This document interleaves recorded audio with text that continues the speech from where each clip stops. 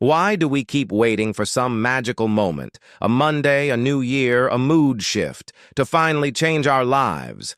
Why do we believe transformation has to be loud, dramatic, or cinematic to be real? That is the problem. We crave fireworks. But real change? It's silent, repetitive, unimpressive, until it isn't. You don't need a life-altering breakthrough. You need a boring, invisible habit you're willing to repeat until it compounds. But here's the trap. The quiet days are the most dangerous. Because they convince you nothing is slipping, but something always is. Your standard. Brushing it off feels harmless, until one skipped day becomes a week, and that week becomes a part of your personality. And here's the real danger. The longer you wait for a big leap, the deeper you sink into the very habits you're trying to escape. So ask yourself, are you chasing change, or just using the fantasy of it to delay doing the small things that work? What if the real reason you feel stuck isn't some huge flaw, but a tiny habit you've stopped noticing? Not the meltdowns, not the rock-bottom moments, but the daily rituals you brush off as harmless, snoozing the alarm again, scrolling through silence instead of sitting with it, choosing comfort over clarity. These aren't just habits. They're the rituals quietly editing your identity. And the danger? They don't scream when they ruin your momentum. They whisper. One moment of distraction becomes a default.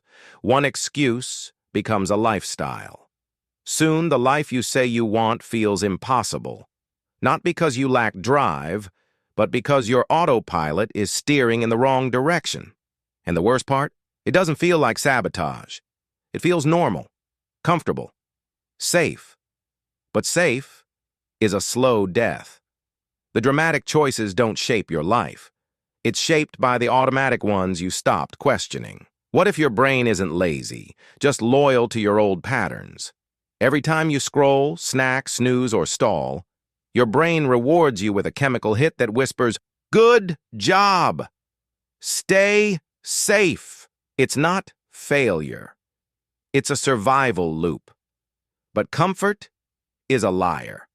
It convinces you that motion is progress, even if you're just looping in circles, quietly killing your ambition. Because here's the truth. Your brain doesn't crave success. It craves familiarity. And the more familiar the habit, the more invisible the cost. You're not weak for struggling to change. You're wired to resist it. That's why willpower alone will always lose. The game isn't about forcing discipline. It's about building systems that trap you into momentum.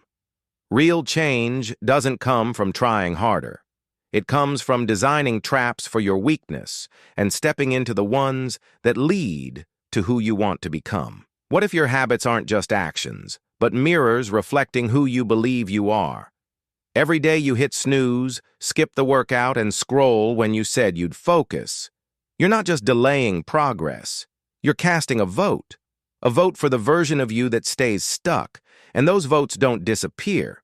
They tally. Your identity isn't built in breakthroughs. It's assembled quietly, vote by vote. The danger? Those micro decisions start to feel like your personality. You're not failing to evolve. You're getting better at being who you said you'd outgrow. Unless you interrupt that loop with a new standard, your future will keep recycling your past. Because you don't rise to the level of your goals. You fall to the level of your habits. So ask yourself, are you acting like the future you, or the version you promised to leave behind? What if just 7 days could break the loop you've been trapped in for years?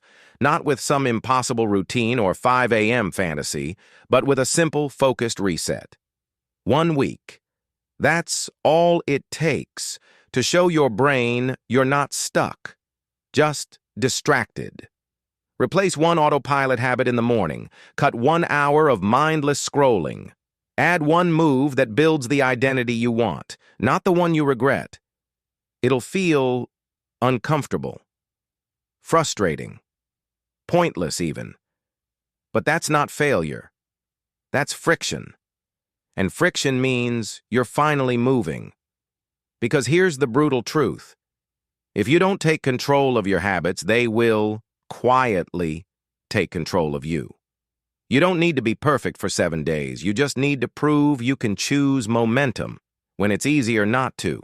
Your future isn't built in years. It's built in days like this, when nobody's watching. But you decide to act anyway.